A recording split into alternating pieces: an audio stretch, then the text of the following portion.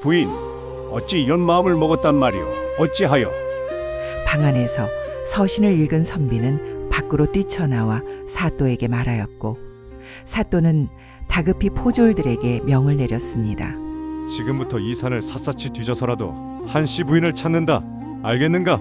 그렇게 선비 김덕현과 마을 사또와 포졸, 그리고 한씨 부인의 아들 권현은 사방팔방을 뛰어다니며 한씨 부인을 찾기 시작하였습니다.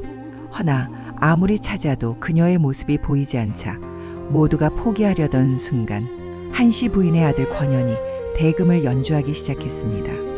이들은 무슨 사연으로 청산과부 한씨 부인 한명주를 이렇게 애타게 찾고 있는 것일까요? 그리고 그의 아들 권현은 어떤 연유로 대금을 연주하게 된 것일까요? 그 이야기 속으로 지금 들어가 보겠습니다. 이야기가 시작되기 전 구독과 좋아요는 영상 제작에 큰 힘이 됩니다. 그럼 오늘의 이야기 청산과부와 호라비의 하룻밤 인연 바로 시작하겠습니다.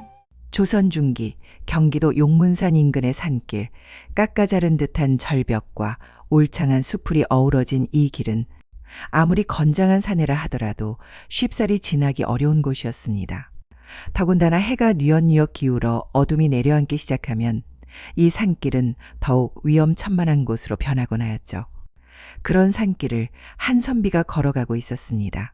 그의 이름은 김덕현으로 지방 가명의 세금 징수 관련의 공무를 보러 가던 길이었습니다. 평소 같았으면 가마를 타고 편히 갔을 터이나 백성들의 고단함을 눈으로 직접 보고자 일부러 걸어서 가는 길이었습니다. 이거 참 큰일이로군. 벌써 날이 이리 어두워지다니. 김덕현은 이마에 송골송골 맺힌 땀을 훔치며 주위를 둘러보았습니다.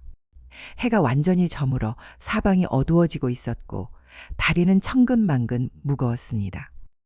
아침 일찍 출발하여 쉬지 않고 며칠을 걸어온 탓에 온몸이 녹초가 되어 있었습니다. 이런 산속에서 밤을 지새워야 하는 것은 아닌가 걱정이군. 이러다 승냥이라도 만나는 날에는. 김덕현은 걱정스러운 표정으로 중얼거리며 주변을 둘러보고 있을 때였습니다.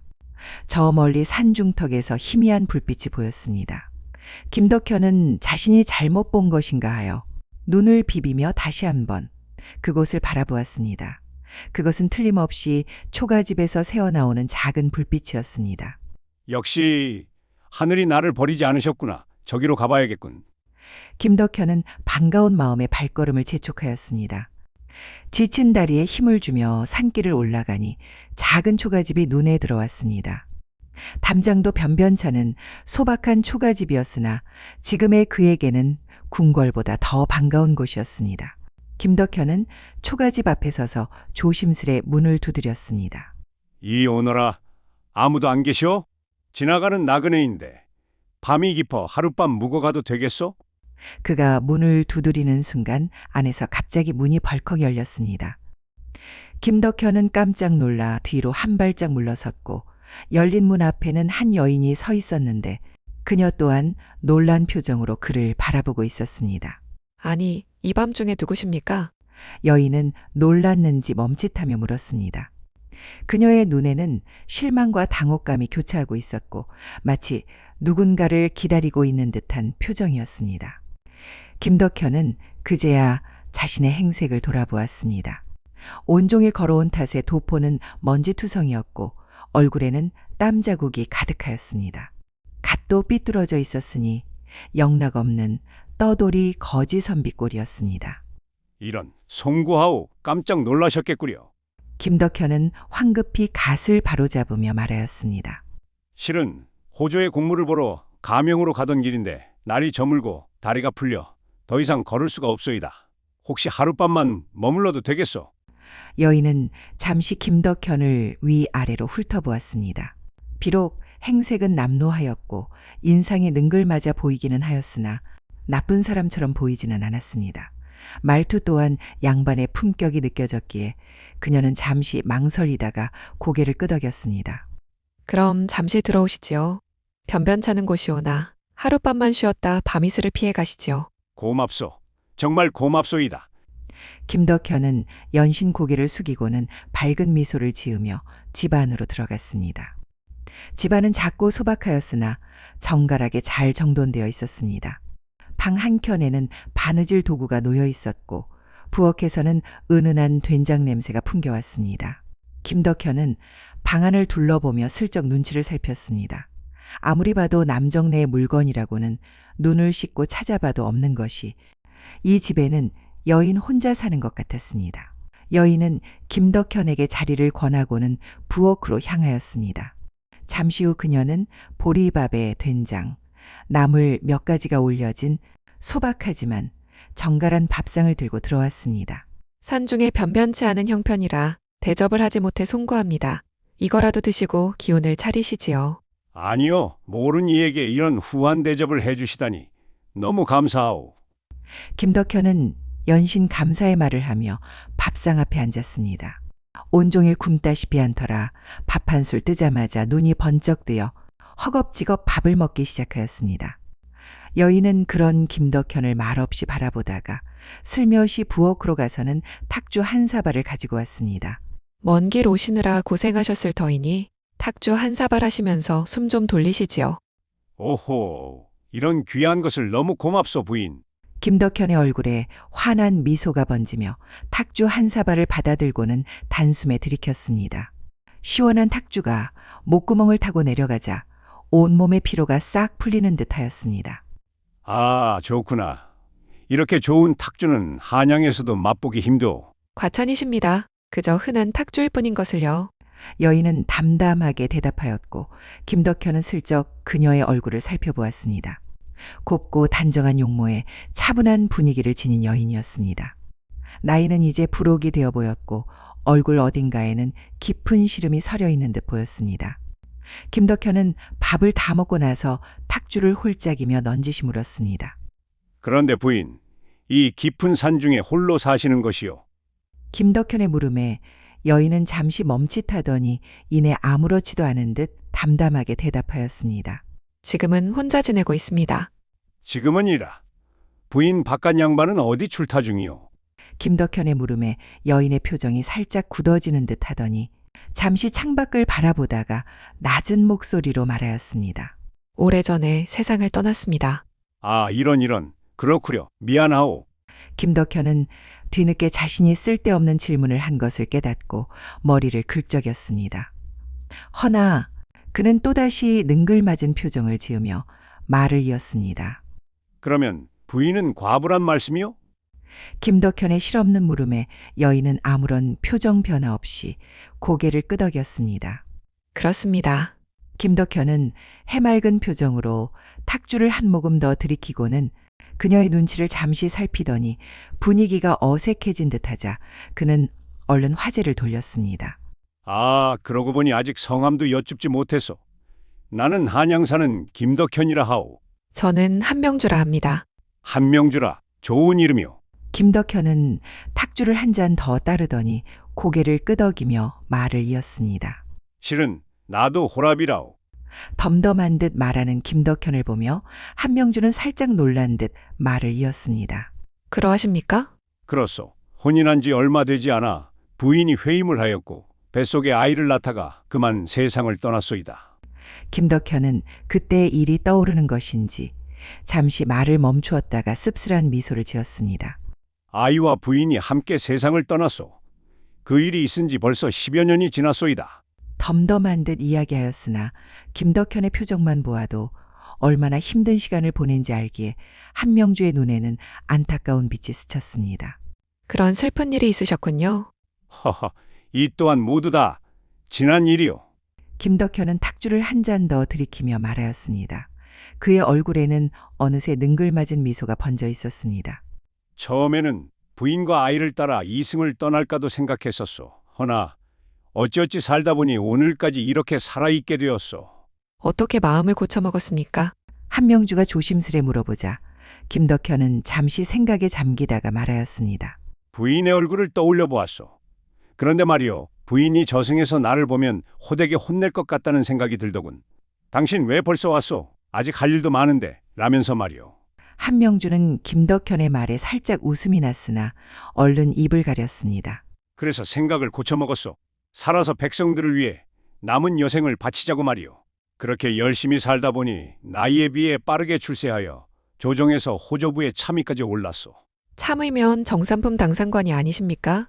한명주가 놀란 듯 물어보자 김덕현은 고개를 끄덕이며 능글맞은 표정을 지었습니다. 놀랐소이까? 왜? 좀 달리 보이시오? 나에게 수청이라도 들려는 것이오. 나름 진지한 이야기를 하다 엉뚱한 답변을 하는 김덕현을 바라보며 한명주는 어이없다는 표정을 지었습니다. 아니, 정산품 당상관이라는 분이 어찌 채통도 없이 그런 농담을 하십니까? 하하하, 미안하오. 오랜만에 옛 이야기를 하다 보니 내 농이 지나쳤소. 김덕현이 박장대소를 하며 말하였고 그 모습을 보던 한명주도 어이없다는 듯 헛웃음을 지었습니다. 그러다 문득 두 사람의 눈이 마주치자 이내 함께 큰 웃음을 터뜨렸습니다. 하하하하. 한참을 웃고 나서야 김덕현이 눈물을 닦으며 말하였습니다. 아이고, 오랜만에 이렇게 웃어보는구려. 부인 덕분이요. 저야말로 오랜만에 선비님 덕분에 이렇게 웃어보았습니다. 한명주의 얼굴에도 어느새 미소가 번져 있었습니다. 처음 문을 열었을 때의 굳은 표정은 어디론가 사라지고 편안한 얼굴이 되어 있었습니다. 그런데 부인의 바깥 양반은 어찌하다 돌아가시게 된 것이오? 김덕현의 물음에 한명주의 표정이 다시 어두워지더니 잠시 망설이는 듯 하다가 입을 열었습니다. 저희 집안은 양반이었으나 형편이 너무 어려웠습니다. 노비 한 명 부릴 형편이 되지 못하였지요. 그렇소이까? 그런 사정으로 조정에서 부역이 내려왔을 때 대신 보낼 사람이 없었기에 서방님이 직접 가시게 되었지요. 그곳은 동북면 성축조 현장이었습니다. 동북면이라면 여진의 침입이 잦은 곳 아니오? 그렇다고 들었습니다. 혼례를 올린 후 제가 회임을 하였는데 뱃속에 아이를 보지도 못하고 부역으로 가게 되었지요. 아이가 태어나고 제법 오랜 시간을 기다렸으나 허약하였던 서방님이 성을 쌓다가 돌이 무너져 그만 명을 달리하여 그곳에서 급히 장례를 치렀다는 소식을 전해 들었지요. 그렇게 다시 돌아오지 못하게 되었습니다. 한명주가 그저 지나간 옛 이야기를 들려주듯 하는 이야기에 김덕현은 안타까워 혀를 찼습니다. 허허, 이런 안타까운 일이 있나? 김덕현이 안타까운 듯 이야기하자 그동안 하소연할 곳이 없었던 것인지 아니면 들어줄 리가 없었던 것인지 자신이 살아온 이야기를 하기 시작하였습니다. 그 후 시댁과 관아에서 보상금을 주었고 저는 그 돈으로 사람들의 눈을 피해 이곳에 와서 살게 되었습니다. 시댁도 형편이 어려워 저를 거둘 처지가 못 되었고 저도 시댁에 폐를 끼치기 싫었습니다.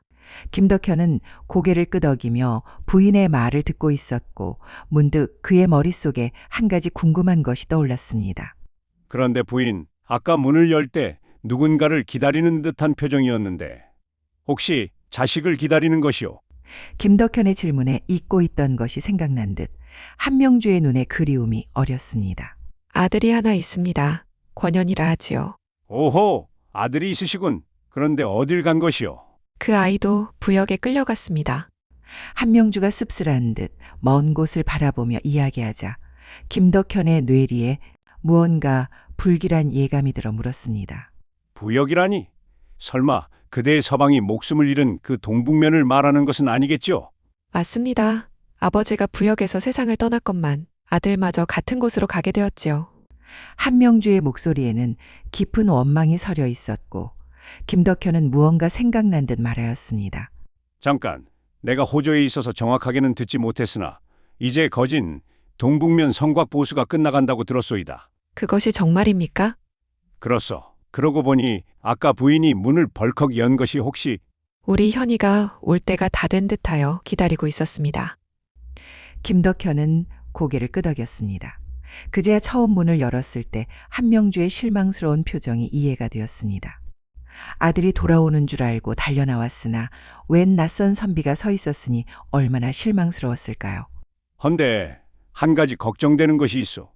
이번에 동북면 병마절도사께서 여진의 침략이 거세지자 육진의 성을 보수한다고 하여 평년보다 부역 기간이 더 길어질 수도 있다고 하였소이다. 그렇습니까? 그럼 우리 현이도 늦어지는 것일까요? 너무 걱정 마시오. 조금 늦어질 수는 있겠으나 반드시 무사히 돌아올 것이오. 김덕현이 위로의 말을 건네었고 한명주는 고개를 끄덕였으나 그녀의 눈에는 여전히 걱정이 가득하였습니다. 어느새 밤이 깊어지고 창밖으로 둥근 보름달이 떠올라 산중의 초가집을 환하게 비추고 있었습니다. 두 사람은 어느새 탁주를 나누며 이런저런 이야기를 하였습니다. 처음에는 지나가는 나그네와 산중의 과부였으나 어느새 마음을 나누는 벗이 되어가고 있었습니다. 부인은 참으로 학식이 깊으시구려. 김덕현은 한명주를 보며 감탄을 하고 있었습니다. 두 사람은 공자왈, 맹자왈 이야기하며 예전 조선에 있었던 야담과 야사 이야기를 나누고 있었습니다. 한명주는 여인임에도 불구하고 학문에 밝았습니다. 소시적 아버님께서 여인도 학문을 익혀야 한다고 하셔서 조금 배웠습니다. 참으로 훌륭한 아버님이셨군요. 요즘 세상에 그런 생각을 가진 분이 드무시오. 김덕현은 진심으로 감탄하고 있었습니다. 그는 한명주와 이야기를 나눌수록 그녀에게 호감이 생기고 있었습니다. 단순히 얼굴이 곱다거나 하는 것이 아니라 그녀의 지혜와 단아한 품성이 마음에 들었습니다. 밤은 점점 깊어갔고 두 사람의 이야기는 끝없이 이어지고 있었습니다. 하늘에 뜬 둥근 보름달 아래 산중의 초가집에서는 외로운 두 영혼이 서로의 아픔을 나누고 있었습니다. 다음 날 아침 산 언덕에 해가 고개를 내밀며 날이 밝아오자 김덕현은 떠날 채비를 하며 한명주에게 말하였습니다. 부인, 어젯밤 후한 대접 정말 감사하오. 덕분에 푹 쉬고 가오. 별 말씀을요. 무사히 공무를 마치시길 바라겠습니다. 한명주는 담담하게 인사를 건네었고 김덕현은 갓을 고쳤으며 떠나기 전 할 말이 남은 듯 한명주를 바라보았습니다. 그런데 부인, 적적할 때 또 놀러와도 되겠소? 한명주는 살짝 놀란 표정을 지었습니다. 예? 그것이 무슨... 말 그대로요. 또 와도 되겠냐고 물은 것이오. 그리고 말이오, 나와 벗이 되지 않겠소? 김덕현의 말이 의아하다는 듯 한명주는 잠시 어리둥절한 표정을 짓다가 물었습니다. 마격지우가 되자는 말씀이십니까? 김덕현은 깜짝 놀라며 한명주를 바라보았습니다. 아니, 막역지우라는 말의 뜻을 아시오. 서로 거스름이 없는 친구라는 뜻이 아닙니까? 허물없이 아주 친한 벗을 이르는 말이지요. 김덕현의 얼굴에 환한 미소가 번졌습니다. 이야, 역시 참으로 훌륭하시오. 아주 좋소. 그것이오. 막역지우가 됩시다. 한명주도 미소를 지으며 고개를 끄덕였고 그렇게 두 사람은 벗이 되기로 약속하며 김덕현이 문을 나서다 할 말이 있다는 듯 뒤를 돌아보더니 이야기하였습니다. 부인, 아들이 돌아오면 내게도 꼭 알려주시오. 내 축하의 잔치를 열어주겠소. 말씀만으로도 고맙습니다. 살펴가시지요. 한명주는 초가집 밖까지 김덕현을 배웅하다가 삐져나온 그의 도포자랑 매무새를 자연스럽게 만져주며 먼 길을 가는 이의 안녕을 빌었습니다. 이런 고맙소이다. 공무를 마치고 돌아오는 길에 다시 들르겠소. 그때는 고기와 술을 가져오리다. 김덕현은 환하게 웃으며 손을 흔들고는 산길을 따라 내려가기 시작하였고 한명주는 그의 뒷모습이 보이지 않을 때까지 그 자리에 서서 바라보았습니다. 그녀는 오랜만에 마음이 따뜻해지는 것을 느꼈습니다. 지아비를 잃고 홀로 지내온 세월 동안 이렇게 편하게 이야기를 나눈 것은 처음이었습니다. 김덕현이라는 선비는 참으로 이상한 사람이었습니다. 정삼품 당상관이라는 높은 지위에 있으면서도 전혀 거드름을 피우지 않았고 능글맞으면서도 따뜻한 사람이었습니다. 그가 떠난 후 산중의 초가집은 다시 고요해졌습니다. 한명주는 여느 때처럼 바느질을 하고 나무를 캐며 아들 권현이 돌아올 날만을 손꼽아 기다리면서 하루하루를 보내고 있었습니다.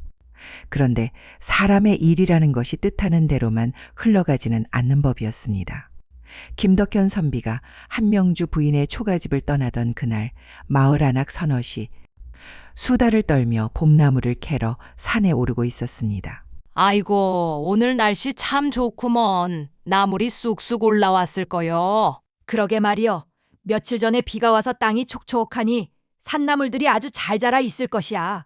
안악들이 산길을 따라 올라가다 문득 저 멀리 초가집이 보이는 곳에서 걸음을 멈추었습니다. 초가집 앞에서 무언가가 눈에 들어왔기 때문이었습니다. 애구머니, 저기 좀 봐. 저게 무엇이여? 왜? 뭐 때문에 그러나? 안악들은 눈을 가늘게 뜨고 초가집 쪽을 바라보았습니다. 그곳에는 한명주가 웬 선비를 배웅하고 있었고 그의 도포자랑 매무새를 만져주며 무언가를 이야기를 건네고는 웃으며 인사를 나누고 있었습니다. 아니, 저 과부 마님이 남정네랑 같이 있는 거 아니요? 맞네, 맞아. 우리 마을에서 본 적 없는 남정네인데, 어이구, 남사스러워라. 세상에, 얌전한 고양이 부뚜막에 먼저 올라간다더니 남정네를 집으로 들일 줄이야. 안악들은 서로 얼굴을 마주보며 수군거리기 시작하였고 그들의 눈에는 호기심과 함께 비난이 뒤섞여 있었습니다. 근데 저 선비는 누구요? 옷 입은 뽐새가 한양에서 온 모양인데 말이야. 그러게, 입고 있는 도포자락이 범상치 않아 보이는 것이 꽤나 돈 있는 양반인가 보네. 허허, 과부 팔자가 상팔자라더니? 안악들은 비꼬듯 킥킥거리며 웃었습니다. 그들은 나무를 캐는 것도 잊은 채 한참 동안 그 광경을 지켜보다가 서둘러 산을 내려가기 시작하였습니다. 무슨 대단한 건수라도 잡은 양, 바쁜 발걸음으로 사람들이 모여있는 마을 장터로 향하고 있었습니다. 마을 장터에 도착한 안악들은 바로 다른 안악들에게 달려가 수다를 떨기 시작하였습니다. 이보게들, 내 이야기 한번 들어보게. 다들 깜짝 놀랄 것이네. 왜? 뭔 일이라도 났소? 이야기는 없는 말이 보태어지고 있는 말을 부풀어지며 소문은 눈덩이처럼 커져갔습니다. 소문은 마을 전체로 퍼져나갔습니다. 며칠이 지나자 마을 사람들 중 한명주라는 과부에 대해 모르는 사람이 없을 정도였습니다. 이것은 한근에 얼마인가? 한편 온 마을에 이상한 소문이 돌고 있는지도 모르고 한명주는 장을 보기 위해 마을로 내려왔습니다. 한근의 세푼입니다요. 그럼 두금만 주게. 한명주가 장터에서 장을 보고 있는데 평소와는 다른 시선들이 느껴졌습니다. 무슨 영문인지 몰라 어리둥절하고 있을 때 근처 마을에서 군수로 지낸 이의 정실 부인인 박씨 부인이 자신을 향해 다가오며 말을 걸었습니다. 어머, 이게 누구신가? 산중턱에 사시는 한씨 부인 아니신가? 부인, 오랜만에 뵙겠습니다. 한명주는 예의 바르게 인사를 건네었으나 박씨 부인은 가소롭다는 듯 코웃음을 치며 말을 이었습니다. 산중턱에 살며 지나가는 양반 만나 팔자라도 고쳐볼 요량이었던가 보네. 쯧쯧.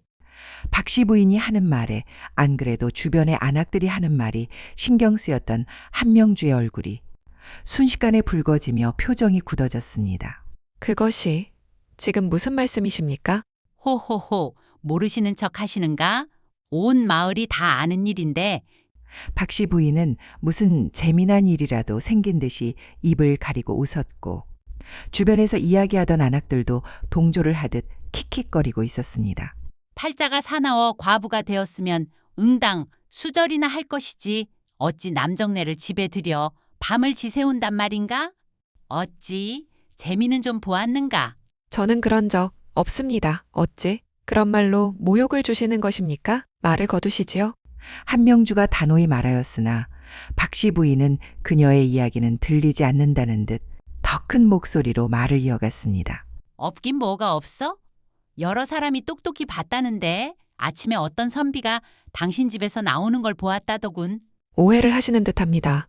그분은 지나가던 나그네로 산길은 험하고 밤이 깊어 그저 하룻밤 재워드린 것뿐입니다. 하룻밤 재워드렸다?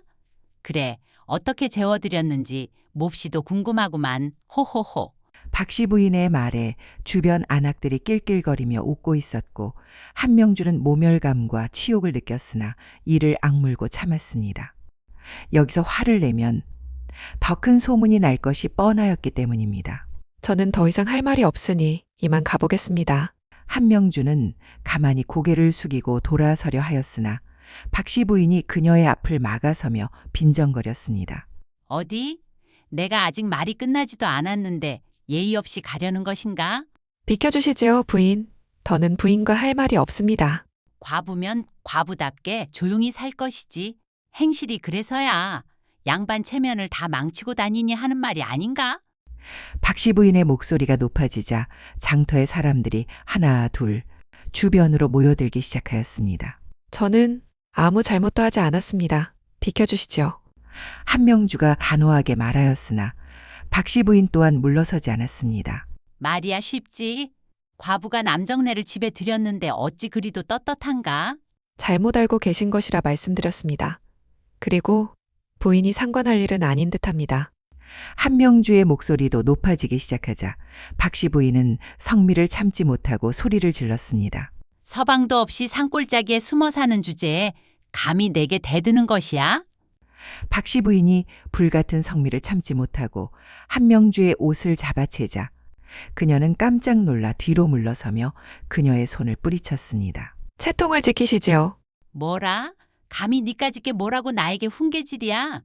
한명주가 다시 달려드는 박씨 부인을 피하자 그만 모두가 보는 앞에서 넘어지고 말았습니다. 그것에 당황한 박씨 부인은 눈을 부라리며 한명주를 향해 소리를 치고는 화를 주체하지 못한 채 그곳을 벗어났습니다. 내 오늘 일은 절대로 그냥 넘어가지 않을 것이야. 지금 당장 관아에 고발을 할 것이니 각오를 하는 것이 좋을 것이네. 박씨 부인이 사라지자 한명주는 멍하니 그녀가 사라지는 뒷모습을 바라보고 있었고 주변에서 구경을 하던 마을 사람들은 수군거리기 시작하였습니다. 저런 한씨마님이 곤욕을 치르겠구만.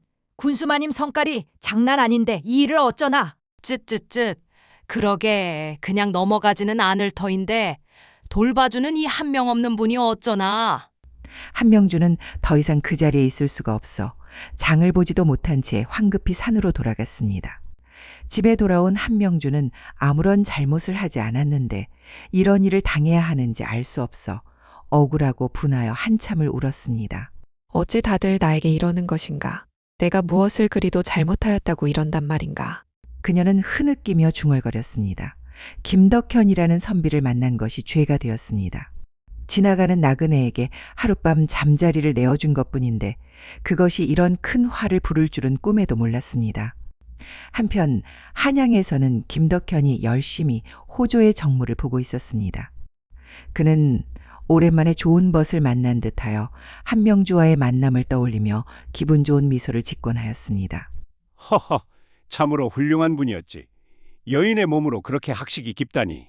김덕현은 호조의 업무는 바쁘고 고되었으나 새로운 친우가 생겼다는 생각에 힘이 나서 혼잣말을 하며 서책을 넘기고 있었습니다. 그는 하루도 허투루 살지 않고 열심히 일하였습니다. 아침에는 사정전에서 임금님이 주관하는 조에 참석하였고 낮에는 호조의 업무를 처리하였으며 저녁에는 서책을 읽으며 공부를 게을리하지 않았습니다. 어느 날 호조의 정랑과 좌랑이 김덕현에게 찾아와 부탁을 하였습니다. 대감, 저희가 오늘 밤 번을 서야 하는데 아직 아이가 어려서 걱정이 돼요. 혹시나... 말끝을 흐리며 조심스러워하는 말에 김덕현은 한명주의 아들 권현이 떠올랐습니다. 기다리는 어머니를 생각하며 부역에 끌려간 아들, 그리고 아들을 걱정하며 홀로 산중에서 지내는 어머니, 자식이 보고 싶고 그리운 부모의 마음이 떠올랐습니다. 그래, 자네들은 이만 퇴청하시게나. 들어가서 얼른 자네 아이들을 보게. 번은 내가 볼 터이니 여기는 걱정 말고. 대감, 정말 감사합니다. 호조의 젊은 관리 정랑과 좌랑은 연신 고개를 숙이며 감사의 인사를 전하였습니다. 김덕현은 웃으며 손을 저었습니다. 가족이 있는 자가 가족을 보고 싶고 걱정하는 것은 당연한 일이지. 어서 가보게. 김덕현은 열심히 일에 몰두한 지 며칠이 흘러 보름날 일을 하지 않는 휴식일이 되자 문득 한명주가 궁금하였습니다. 참, 그 부인은 잘 지내고 계시려나. 지금쯤이면 아들이 돌아왔으려나 궁금하군. 김덕현은 짐을 꾸려 한명주가 사는 마을로 향하였고 장터에 들러 일전에 약속한 고기와 술을 샀습니다. 장터를 둘러보고 있는데 알 수 없는 시선들이 자신을 향하자 이상한 느낌이 들어 주변을 둘러보았습니다. 바로 저분이야. 그 한씨 부인과 정분이 난 사람이. 한양에서 꽤나 돈이 있을 법한데 저 입고 있는 도포자락도 비단이 너무 고급지지 않는가? 과부한테 단단히 홀렸나 보네. 쯧쯧. 마을 안악들이 자신을 향해 하는 말들이 자세히 들리지는 않았으나 영문을 몰라 궁금해하고 있을 때 마을 사또가 포졸들과 함께 김덕현의 앞을 막아섰습니다. 실례하겠소. 잠시 저희와 함께 관하로 가시지요. 아니, 나를 무슨 연유로 관하로 끌고 간다는 말이오? 김덕현은 갑자기 나타난 사또가 함께 관하로 가자고 하자 당황하여 물었고 그것을 본 사또는 주변을 살피며 조심스레 대답하였습니다. 죄가 있어 끌고 가는 것이 아니라 잠시 확인할 것이 있어서 그러오. 보는 시선이 너무 많아 관하로 가려는 것이니 너무 걱정 마시오. 김덕현이 주위를 둘러보니 마을 사람들의 호기심 어린 눈, 비난하는 듯한 눈, 수군거리는 입들, 그는 상황이 심상치 않음을 느꼈습니다. 글쎄 죄가 없다면 굳이 사또와 함께 가야 할 연유가 없어 보여. 갈 길이 바빠 먼저 가겠소. 불길한 예감에 김덕현이 길을 떠나려는 순간 사또가 다가와 조심스레 물었습니다. 혹시 마을 위에 있는 한씨 부인 댁에 가시려는 것 아니시오? 그것을 어찌하는 것이오? 우리 부인에게 무슨 변고라도 생긴 것이오? 지금 뭐라 하셨소? 우리 부인이라 하셨소이까? 김덕현이 놀라서 하는 말에 사또가 당황해하며 물어보자 그는 잠시 헛기침을 하였습니다. 어찌되었든 무슨 일이라도 있는 것이오? 궁금하시거들랑 조용히 따라오시오. 사또의 말에 김덕현은 함께 관하로 향하였으나 성격이 급한 그는 걸어가는 것조차 답답하였습니다. 아이고 궁금해 죽겠소. 얼른 좀 갑시다. 김덕현은 발을 껑충껑충 뛰며 후다닥 관하로 들어갔습니다. 그 모습에 사또와 포졸들은 당황해하며 웃음을 참느라 어금니를 꽉 깨물었습니다. 관하에 들어선 김덕현이 궁금증을 참지 못하고 사또를 다그쳐 물었습니다. 자, 이제 빨리 말해보시구려. 무슨 일이오? 우리 한씨 부인에게 무슨 일이 생긴 것이오? 실례되는 질문일 수도 있으나 혹시 한씨 부인과는 어떤 관계시오?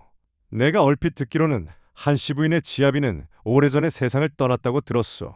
김덕현은 어이없는 표정으로 사또를 바라보았습니다. 그것을 왜 물으시오? 사또. 아무리 사또라 할지라도 그런 것을 함부로 물어서야 되겠소. 사또는 옆에 있던 포졸과 이방에게 눈짓을 하여 물러가게 한 후 조심스레 말을 이었습니다. 실은 이 마을에서 권세가 높은 군수를 지낸 이의 정실인 박씨 부인과 한씨 부인의 다툼이 있었소이다. 그 다툼이 서로 양반의 채통도 잊은 채 저작거리에서 몸싸움인 것인지 한씨 부인이 박씨 부인을 밀쳐 다치게 되어 박씨 부인이 관아에 발굴을 하는 일이 생겼소. 허허, 그런 일이 있었소이까? 그렇소이다.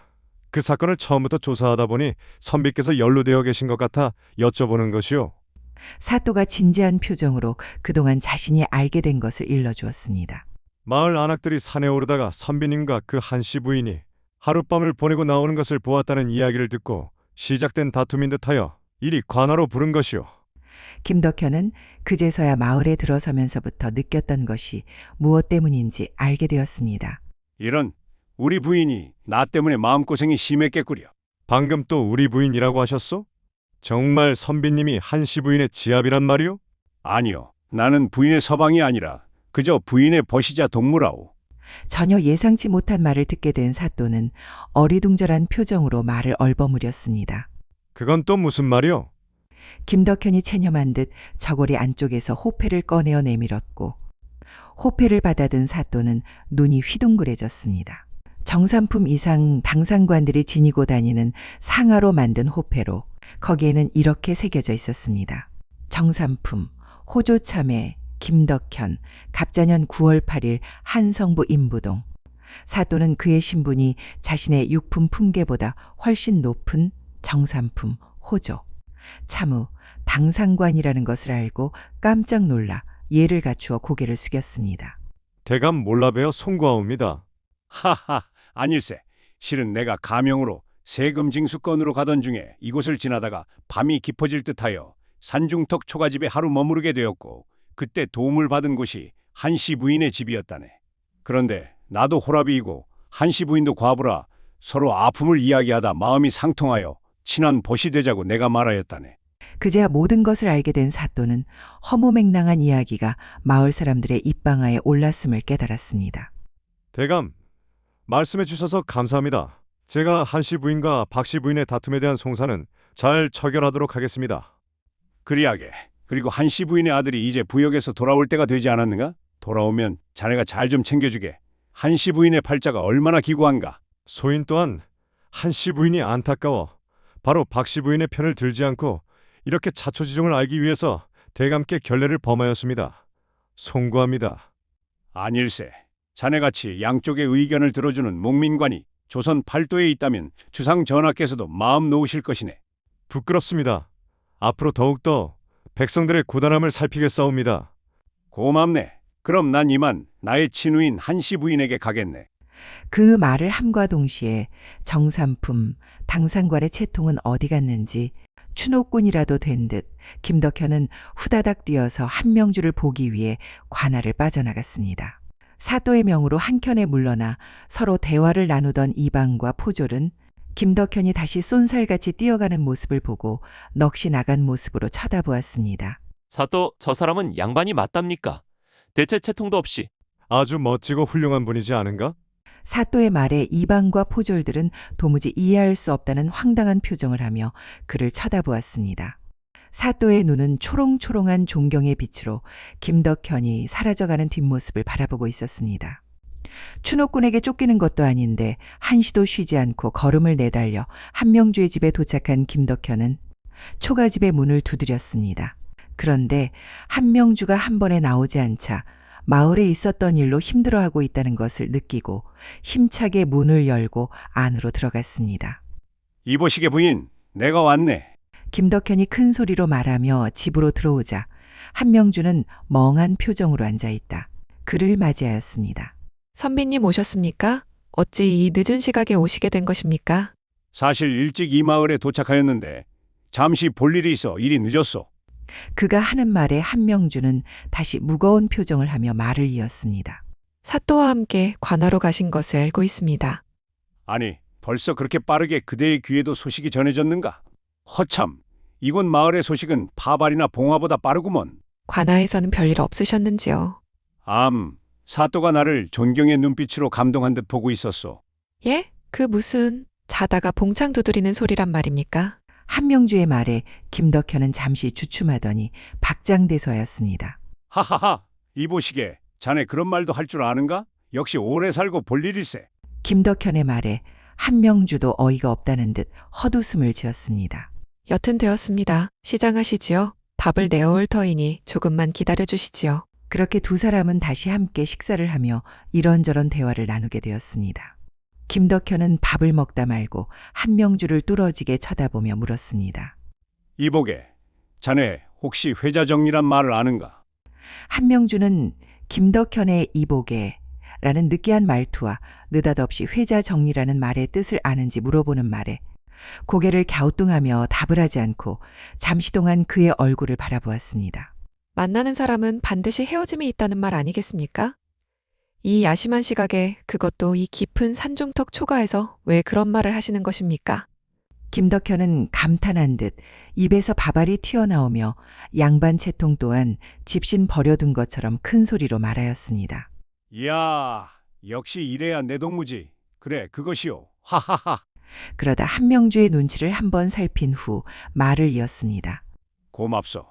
실은 나 또한 보는 바와 같이 실성한 놈처럼 행동하지만 부인을 잃고 있지 못해서 조금이라도 밝고 씩씩하게 살기 위해 오히려 더 이러는 것이요. 그런데 그런 와중에 아주 좋은 그대를 만나게 되어 너무나 고맙게 생각하오. 그것은 또 무슨 말입니까? 나와 막역한 동무가 되어주어 다시 삶을 살아갈 힘이 생겼다. 이 말이오. 김덕현의 고맙다는 말에 한명주는 감정이 북받쳐 오르는 것 같았습니다. 매번 손가락질 당하고 과부라 남편을 위해 절개를 지키며 희생하라는 소리만 듣고 살아왔는데 고맙다라는 말이 이토록 좋은 말인 줄 잊고 있었습니다. 그런데 거자필반이라는 말도 있지 않소? 내 친우의 아들은 반드시 집으로 웃으며 돌아올 것이오. 그러니 조금만 힘을 내고 기다리시오. 내 친우의 아들이 돌아온다면 크게 소 한 마리 잡고 잔치를 벌여주겠소. 어떻소? 하하하. 진지한 말을 하다가 다시 각설이처럼 밥을 입 밖으로 내뱉으며 먹는 모습에 또다시 한명주는 어이없다는 듯 고개를 저었습니다. 그렇게 식사를 다 하고 그들은 다시 담소를 나누던 중 김덕현의 눈에 방 한켠에 있던 대금이 보였습니다. 저건 대금이 아니오. 대금을 불 줄 아는 게요. 아들 현이의 것입니다. 서방님을 잃고 슬픔을 달래려고 어릴 적 아버지한테 배웠던 대금을 꺼내어 불었습니다. 그랬더니 현이가 그 소리를 좋아해서 대금을 가르치며 적적한 세월을 달래었지요. 지금은 우리 현이가 부역으로 가고는 불지 않습니다. 현이가 돌아오면 저에게 대금을 불어준다고 약조하였지요. 우리 친우의 적적함을 이 대금이 달래주었군. 그대의 말처럼 현이가 돌아오면 나 또한 대금 한 소절 청해 듣고 싶구려. 현이가 돌아오면 물어보겠습니다. 그렇게 이야기를 주고받다 달이 기울어지기 시작하자 한명주는 밖으로 나가 장독대로 가더니 정화수를 떠놓고 달을 보며 빌고 있었습니다. 천지신명이시여, 빌고 또 비나이다. 우리 현이를 굽어 살펴주시옵소서. 부디 가엾은 현이를 보살펴 주시옵고 저에게로 무사히 돌아올 수 있게 해주십시오. 아들을 기다리는 어머니의 간절한 마음을 가슴 깊이 느끼며 김덕현이 뒤에서 묵묵히 바라보고 있었습니다. 그 순간 하늘에서 유성우가 떨어지는 것이 보였고 그것을 본 한명주는 무엇이 불안한 듯 얼굴이 창백해지고 있었습니다. 아니, 저것은 유성우가 아닌가? 사실 남편이 부역으로 갔다가 병고가 생긴 그날 밤에도 장독대에 정화수를 떠놓고 빌고 있었고 그때 유성우가 떨어지는 것을 보았기에 불길함을 느끼고 있었습니다. 다음 날 산 언덕에 해가 고개를 내밀며 날이 밝아오고 김덕현은 떠날 채비를 하였습니다. 다음에는 꼭 현이의 대금 연주를 들으러 오고 싶구려. 그 보답으로 소 한 마리 잡겠네. 하하하하. 김덕현은 여전히 너스레를 떨고 있었으나 한명주의 머릿속은 어젯밤 떨어진 유성우가 생각나 불편한 기색이 역력하였습니다. 어서 들어가서 쉬시구려. 얼굴에 피곤함이 가득하오. 다음에 또 봅시다. 창백해진 한명주가 걱정이 되어 인사를 남기고 떠나는 김덕현의 뒷모습을 보면서도 그녀는 불안한 마음이 진정되지 않았습니다. 현아, 부디 무사히 돌아와다오. 산중의 초가집에는 다시 깊은 정막이 내려앉고 있었습니다. 김덕현은 한양으로 돌아와 헤어질 때 걱정 가득하던 한명주의 얼굴이 떠올라 생각에 잠겨 관청에 들어서고 있는데 호조판서 대감이 그를 불렀습니다. 참외, 잠시 이리로 와보시게나. 예, 대감. 무슨 일이십니까? 김덕현이 공손히 호조판서 앞으로 다가가자 그의 얼굴에는 심각한 표정이 어려 있었습니다. 자네가 잠시 동북면에 다녀와야 할 것 같네. 동북면이라 하시면 함경도 북쪽 국경 쪽을 말씀하시는 것입니까? 그렇네. 자네도 소식을 접하였겠지만 요즘 여진의 움직임이 심상치 않다고 하네. 김덕현의 표정이 굳어졌습니다. 동북면이라 하면 바로 한명주의 아들 권현이 부역을 나간 곳이었기에 그곳의 상황이 심상치 않다니 마음이 무거워졌습니다. 그래서 동북면 변방으로 병력을 증강하기로 하였네. 병조와 호조가 함께 동북면으로 가서 병력 증강에 따른 식량 증가와 앞으로 들어갈 재정을 살피고 알아오라는 주상전하의 어명이 계셨네. 예, 대감. 그렇게 하지요. 서둘러 채비를 하겠습니다. 그래. 자네가 항상 고생이 많구먼. 이번에 일을 잘 수행하고 다녀오면 내 주상전하께 자네에 대한 포상을 청할 것이네. 갖고 싶은 것이나 청할 게 있으면 생각해 두시게. 대감, 저를 각별히 신경 써주셔서 감사하오나 소인은 괜찮으니 호조의 정랑과 좌랑들에게 공을 돌려주시지요. 호조판서는 김덕현의 말에 흐뭇해하며 말하였습니다. 허허, 내 자네 같은 자와 함께할 수 있어 너무 고맙고 뿌듯하네. 그럼 그 일은 다녀와서 다시 논해보세. 우선 먼 길을 가야 할 터이니 얼른 퇴청해서 쉬시게. 예, 대감. 다녀와서 다시 인사드리겠습니다. 그렇게 김덕현은 퇴청하여 집으로 돌아와 먼 길을 떠날 채비를 준비하였습니다. 짐을 꾸리면서 그의 머릿속에는 한명주와 그녀의 아들 권현이 떠올라 행복할 그녀의 모습을 생각하며 미소를 지었습니다. 이번에 먼 길 다녀오면 시일이 꽤 걸릴 듯하니 그때는 벗의 아들 현이도 집에 도착해 있겠군. 한편 한명주가 살고 있는 마을 관아에 한 통의 서신이 도착하자 무거운 분위기가 엄습해오고 있었습니다. 이를 어찌할꼬 하늘도 무심하시지. 사또가 서신을 든 채 한숨을 내쉬자 옆에 있던 이방이 궁금한지 다가와 물었습니다. 사또, 무슨 서신이기에 그러시는지요? 한씨 부인의 집에 가야 하니 우선 아래 것들에게 일러 창고에서 쌀 한 가마니와 포를 만드는 배 5피를 준비하라고 이르거라. 이방의 얼굴에도 어두운 그림자가 드리워졌습니다. 쌀과 배를 준비하라는 것은 흉전, 즉 부역 중 사망한 자의 가족에게 내리는 보상을 뜻하는 것이었습니다. 예, 사또. 그리하겠습니다. 잠시 후 포졸들이 지게의 쌀 한 가마니와 배 5피를 지고 마을 장터를 지나쳐 산중턱으로 올라가고 있었습니다. 그것을 본 마을 사람들이 수군거리기 시작하였습니다. 아니, 저것들이 다 뭐여? 저거 설마 휼전 아닌가? 휼전? 그게 무엇이여? 몰랐는가?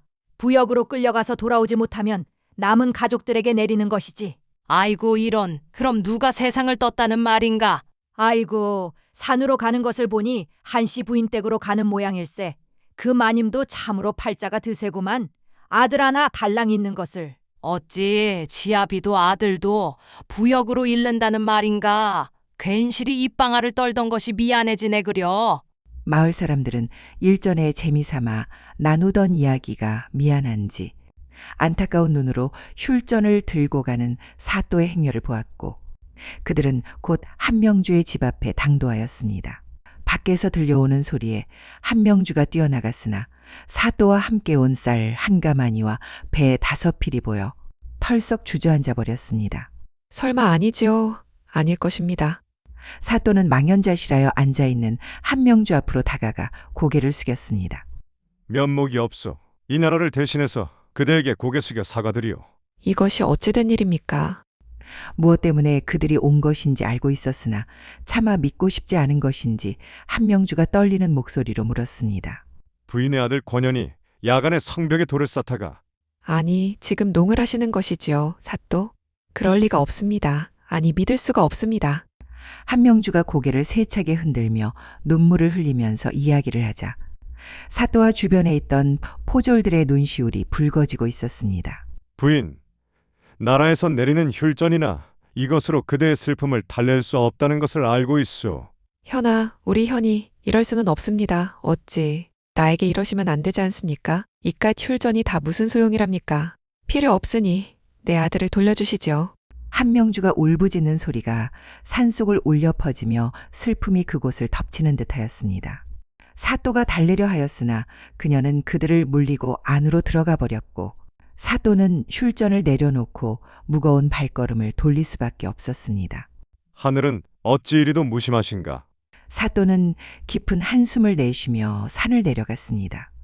한명주는 사또가 떠난 후에도 한참을 눈물 짓다 방 한켠에 있는 대금을 바라보며 이제는 만나지 못하는 아들 생각으로 밤을 지새웠습니다. 어찌 이런단 말이냐? 돌아와 나에게 대금을 불어준다 약조하지 않았느냐? 나를 두고 어디를 간단 말이냐, 현아? 한명주는 대금을 가슴에 품고 눈물이 마를 때까지 울고 또 울었습니다. 그렇게 며칠이 지났으나 그녀는 집 밖으로 나오지 않았고 마을 사람들은 그녀를 걱정하기 시작하였습니다. 한편 김덕현은 긴 여정 끝에 주상전하의 어명으로 함경도 동북면 회령에 도착하였습니다. 드디어 도착을 한 것인가?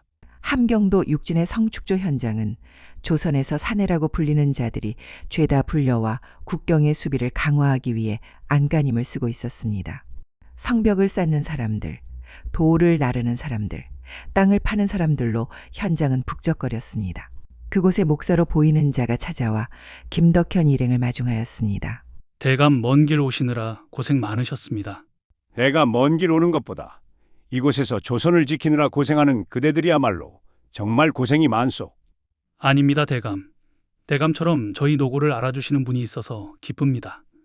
조정에서도 모두들 나라를 지키는 군사들과 이곳에 부역에 동원된 모든 이에게 감사하는 마음이요.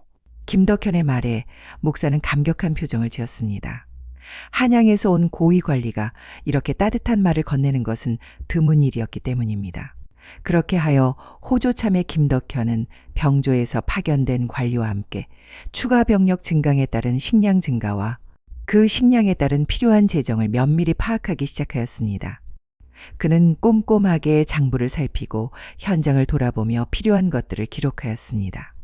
수일간 일을 모두 마친 후 김덕현은 한양으로 돌아가기 전 성곽 보수를 마치고 오참 시간에 앉아 휴식을 취하는 젊은 사내들을 바라보았습니다. 그들은 지친 몸을 쉬며 이런저런 이야기를 나누고 있었습니다. 현희 도련님, 도련님은 이제 부역을 끝마쳤으니 무엇을 할 계획이십니까? 나는 얼른 어머니께 달려가야 하네. 나를 몹시도 기다리고 계실 것이네. 김덕현은 들려오는 현이라는 이름에 귀가 솔깃하였습니다. 부럽습니다요. 저도 어머님이 계셨으면 바로 달려갔을 겁니다요. 그러한가? 예, 도련님은 양반이셔서 모르시겠지만 저처럼 이런 천한 신부는 파리 목숨보다 못합니다요. 이리저리 팔려다니고 주인을 잘못 만나 매맞아 죽기 일쑤이지요. 내 편 하나 없이 지내는 것이 여간 서러운 것이 아닙니다요. 그래도 도련님께서 이렇게 저를 사람 취급해 주셔서 감사합니다요. 사람의 목숨이 귀한 건 신분과 상관없이 똑같이 중요하네. 우리 나이도 같은데 친구나 하세. 아무리 도련님이 부역에 끌려오셨다 해도 양반이시고 저는 평민입니다. 그래도 되겠습니까? 그래, 막역지우라고 들어보았는가.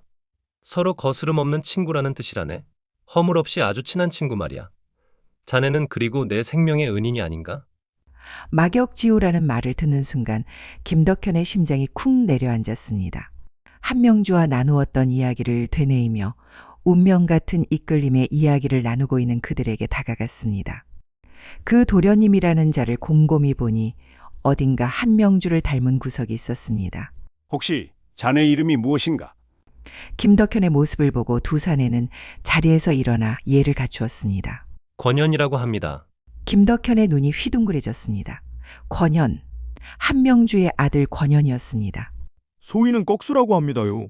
권현의 옆에 있던 사내도 인사를 하였고 김덕현은 믿을 수 없다는 표정으로 한명주의 아들 권현을 바라보았습니다.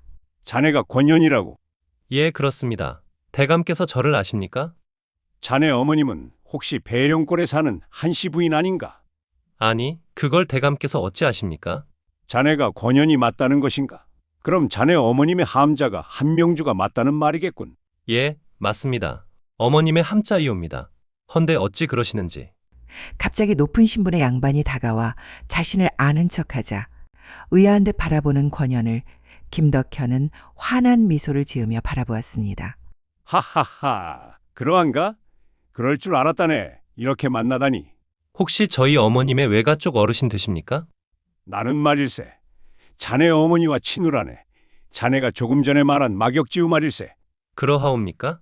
아무튼 인사 올립니다. 저는 권현이라 합니다. 그래, 나는 자네 어머니 친구 김덕현이라고 하네. 잘 부탁하네. 김덕현은 잃어버린 아들이라도 찾은 것처럼 권현의 두 손을 꼭 잡으며 눈가에 기쁨의 눈물이 맺히고 있었습니다. 헌데 저희 어머님은 잘 계시는지요? 권현이 걱정스러운 표정으로 묻자 김덕현은 고개를 끄덕이며 대답하였습니다. 자네 어머니는 잘 지내고 계시네. 다만 요 근래 수심이 가득하셨지. 그건 자네를 보지 못해서였을 게야. 이제 자네가 이렇게 무사히 돌아가니 자네 어머니도 얼마나 기뻐하시겠나.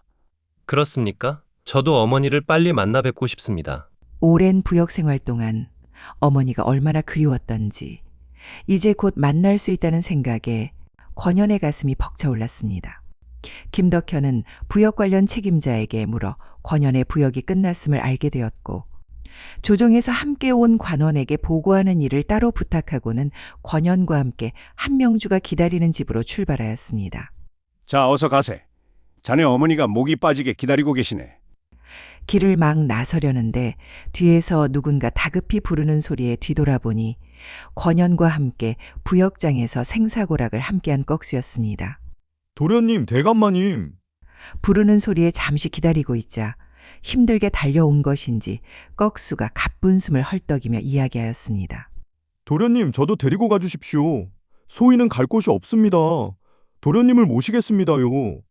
허나 자네도 알다시피 나는 자네를 거둘 만큼 넉넉한 형편이 아니네. 도련님 괜찮습니다요. 품삯은 필요 없으니 그저 도련님 곁에 함께 있는 것만으로도 충분합니다요. 그 말에 감복한 김덕현이 두 사람을 바라보며 말하였습니다. 그래, 권현, 자네가 말하지 않았나? 둘은 친우라고. 내가 권현이 어머니의 친우로서 품삯을 줄 테니 성심성의껏 현이를 보필하거라. 그리고 자네가 현이의 목숨을 구했다지? 장하네, 장해. 대감마님, 너무 감사합니다요. 꺽수는 연신 고개를 숙이며 감사의 인사를 전하였습니다. 세 사람은 함께 웃으며 한명주가 있는 마을을 향해 가는 동안 시시콜콜한 이야기를 나누면서 서로에 대해 많은 것을 알아가게 되었습니다. 이보게, 현이 오랜만에 집에 돌아온 기분이 어떤가? 김덕현의 물음에 권현은 주변을 둘러보며 감회에 젖은 표정으로 대답하였습니다. 정말 좋습니다. 지금 보니 이곳이 참 예쁜 곳이라는 생각이 듭니다. 도련님, 부역장만 아니면 어디든 참 예쁜 곳이지 않겠습니까요? 꺽수가 거드는 말에 마을을 바라보던 세 사람은 웃음을 터뜨렸습니다. 하하하. 그렇지. 그렇고 말고. 웃으며 마을을 들어서고 있을 때 사또가 포졸들과 함께 어딘가로 가고 있었고 김덕현은 반가운 마음에 다가가 인사를 건네었습니다. 사또, 그간 잘 계셨는가? 사또는 김덕현을 보더니 깜짝 놀라며 예를 갖추었습니다. 대감, 그간 강령하셨습니까? 그러하네. 내 오늘 몹시 기분이 좋다네. 김덕현은 환하게 웃으며 답하였으나 사또의 표정이 여전히 어두워 고개를 갸웃거리며 물었습니다. 헌데 안색이 오늘따라 유난히 어둡군. 자네 밥을 못 먹은 건가? 사또는 잠시 망설이는 듯 하다가 무거운 목소리로 대답하였습니다. 그것이 대감께서 한씨 부인을 잘 보살피라 하셨지 않습니까? 그래, 그랬지. 무슨 일인가? 나 때문에 또 다른 부인들과 다툼이라도 하였는가? 아닙니다. 그것이 아니오라. 사또가 말을 잇지 못하고 머뭇거리자 불길한 예감이 일기 시작하여 재촉하듯 물었습니다. 어서 말해보게. 무슨 일인가? 실은 부역에 끌려간 하나뿐인 아들이 그곳에서 사고로 죽었습니다. 뭐라고? 그 소식을 전해 듣고서는 마치 세상에 더 이상 미련이 없는 사람처럼 수척해 보였습니다. 그게 무슨 소린가? 권현이가 죽다니. 김덕현은 옆에 버젓이 살아있는 한명주의 아들 권현을 바라보았습니다. 권현도 꺽수도 무슨 영문인지 알지 못한 채 그저 황당한 표정을 하며 서 있었습니다. 사또, 자네 혹시 내 옆에 있는 이 선비가 누군지 아는가? 사또가 유심히 권현을 바라보다 말을 이었습니다. 저는 처음 봅니다만 혹시 대감의 자제분이십니까? 허허, 이 사람이 바로 한씨 부인의 아들 권현일세. 이렇게 버젓이 살아있는 아들을 어찌 죽었다고 하는 건가? 예? 이자가 정녕 한씨 부인의 아들이란 말씀이십니까? 그렇다네. 내가 동북면 부역 현장에서 직접 만났네. 사또는 믿을 수 없다는 표정으로 권현을 바라보았고 그때 옆에 있던 꺽수가 무언가 생각난 듯 말을 거들었습니다. 저 대감마님, 뭐 때문에 이런 일이 생긴 것인지 알 것 같습니다요. 무엇이 잘못되었다는 것인가? 제가 부역 현장에서 권현 도련님 위로 떨어지는 바위를 보고 도련님을 밀쳤습니다요. 그래서 무사하셨는데 그와 동시에 바로 조금 옆 현장에서도 낙상 사고가 있었는데 얼핏 듣기로는 그자의 이름도 외자로 현이라는 이름을 썼다고 들었습니다요. 하하하, 그럼 사람이 바뀌었나 보군. 아무래도 그런 것 같습니다요. 사또도 그제야 상황을 이해한 듯 고개를 끄덕였습니다. 그러하였군요. 같은 현이라는 이름을 쓰는 자가 사고를 당하여 착오가 생긴 것인가 봅니다. 자세한 건 내 조정에 가서 알아볼 터이니 우선 부인께 가보세. 김덕현이 말을 하자 사또의 표정은 무언가 걱정이라도 있는 듯 어두운 표정을 하고는 말하였습니다. 아무래도 서둘러야 할 듯합니다. 이 사람 불안하게 왜 그러는 겐가? 한씨 부인이 마을 장터에 안 내려온 지도 수일이 지났고 부인을 보았다는 사람도 없어 걱정하던 중이었습니다. 사또의 말에 그곳에 있던 사람들은 모두 걱정 어린 표정으로 산중턱에 있는 한명주의 집으로 향하였습니다. 역시 가장 먼저 앞장선 것은 김덕현이었습니다. 어찌나 빠른지 이제는 그 모습을 본 사람들은 김덕현이 혹여나 홍길동이 아닌지 의심이 들 정도였습니다. 부인, 내가 왔소. 아니, 그대의 아들 권현이 함께 왔소이다. 어서 나와보시오. 빠르게 도착한 김덕현이 소리를 쳤으나 나와보는 이가 없었고 뒤에 도착한 아들 권현도 어머니를 부르며 집으로 들어갔습니다. 어머니, 제가 왔습니다. 어디 계십니까? 그들이 집 안으로 들어가자 그곳은 모든 것을 내려놓은 듯 깔끔하게 정리되어 있었습니다. 불길한 예감에 방 안으로 들어갔으나 그곳 역시 깔끔하게 정리되어 있었고 김덕현이 주위를 둘러보다가 방 한켠에 서신이 놓여 있는 것을 발견하였습니다. 설마 이것은? 그는 떨리는 손으로 서신을 집어들고는 천천히 펼쳐보았습니다. 서신을 펼친 김덕현은 심각한 표정을 하며 글을 읽어내려갔으며 서신을 읽을수록 그의 얼굴이 점점 창백해졌습니다. 김선비님, 언젠가는 이곳으로 와 이 서신을 보실 것이라 생각하여 짧은 글을 남깁니다. 그동안 짧은 인연이었지만 너무 감사했습니다. 지아비를 잃고 아들 현이만을 보고 살던 저에게 잠깐의 휴식과 행복을 가져다 주셔서 진심으로 감사했습니다. 그런데 저를 지탱하던 마지막 희망의 불씨가 꺼져버렸습니다. 세상을 살아가면서 하나뿐인 저의 자식인 현이가 무사히 돌아오기만을 바라며 살아왔건만 부역장에서 생을 마감하였다는 소식을 듣게 되었습니다. 제게는 더 이상 버틸 힘이 없는 듯합니다. 선비님 공술의 공수거라 하였지요. 올 때 빈손으로 왔다, 갈 때 빈손으로 간다고 하신 말씀이 생각납니다. 다음 생이 있다면 부디 좋은 인연으로 만나 좋은 친우가 되었으면 합니다. 강령하십시오. 김덕현은 손을 부들부들 떨고 서신을 읽으며 눈물을 흘렸습니다. 부인, 어찌 이런 마음을 먹었단 말이오? 김덕현은 방에서 다급히 뛰어나왔으며 권현은 밖으로 나가려다 방 한켠에 놓인 대금을 보았습니다. 어머니가 어릴 적 자신에게 가르쳐주던 그 대금이었습니다. 밖으로 나온 김덕현은 다급히 사또에게 말하였습니다. 사또, 큰일 났소. 부인이 아무래도 아들 현이가 잘못된 것이라고 생각하여 같이 따라가려고 한 것 같소이다. 얼른 사람들을 풀어 산을 샅샅이 뒤져서라도 빨리 찾아야 하오. 예, 대감. 그렇게 하겠습니다.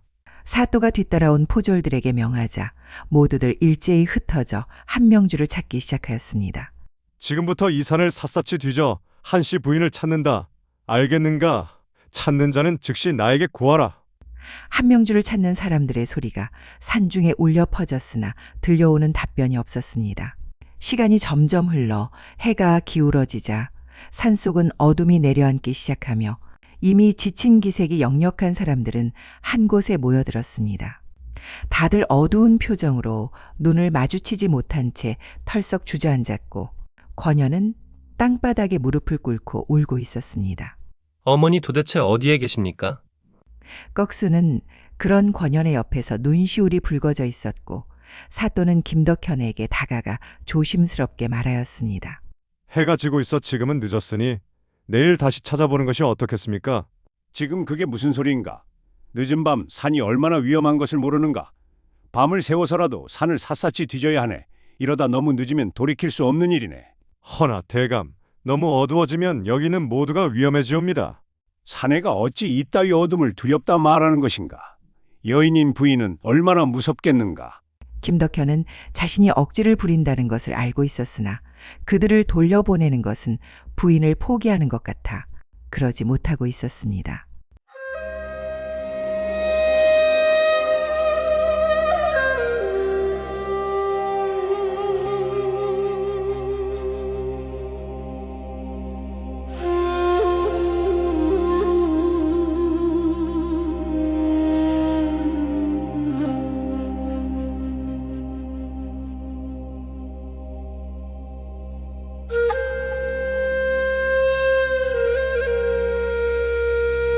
그 순간 맑고 청아한 대금 소리가 고요한 산중에 퍼지고 있었습니다.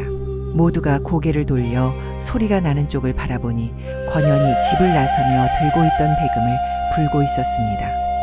그 소리는 지쳐있던 이들에게 따뜻한 위로를 전하는 듯하였습니다. 얼마나 시간이 흘렀을까 무언가가 다가오는 소리가 들리자 그곳에 모여있던 이들이 하나둘 경계를 하기 시작하였습니다. 점점 어둠을 뚫고 다가오는 인형이 보였으며 대금을 불고 있는 권현 앞으로 다가선 이는 다름 아닌 한명주였습니다. 형편없는 몰골의 그녀는 믿을 수 없다는 듯 멍하니 권현을 바라보고 있었습니다. 현아, 자신을 부르는 한명주를 본 권현은 대금을 내려놓고 어머니에게 달려갔습니다. 어머니, 무사히 다녀왔습니다. 그간 강령하셨는지요? 현이가 맞느냐? 정녕 내 아들 현이로구나. 어찌 이럴 수가. 한명주는 떨리는 손으로 권현의 얼굴을 만지며 눈물을 흘렸습니다. 그녀는 한참을 울고 나서야 고개를 들어 주위를 둘러보며 감사의 인사를 전하였습니다. 사건이 일단락되자 사또와 포졸들은 산을 내려갔고 김덕현과 꺽수는 한명주와 권현을 따라 집으로 들어갔습니다. 대감께서 동북면 부역 현장에서 저를 알아보시고 함께 이곳으로 와주셨습니다. 권현의 이야기에 한명주는 연신 감사의 인사를 전하였습니다. 정말 감사합니다. 이 은혜를 어찌 갚아야 할지.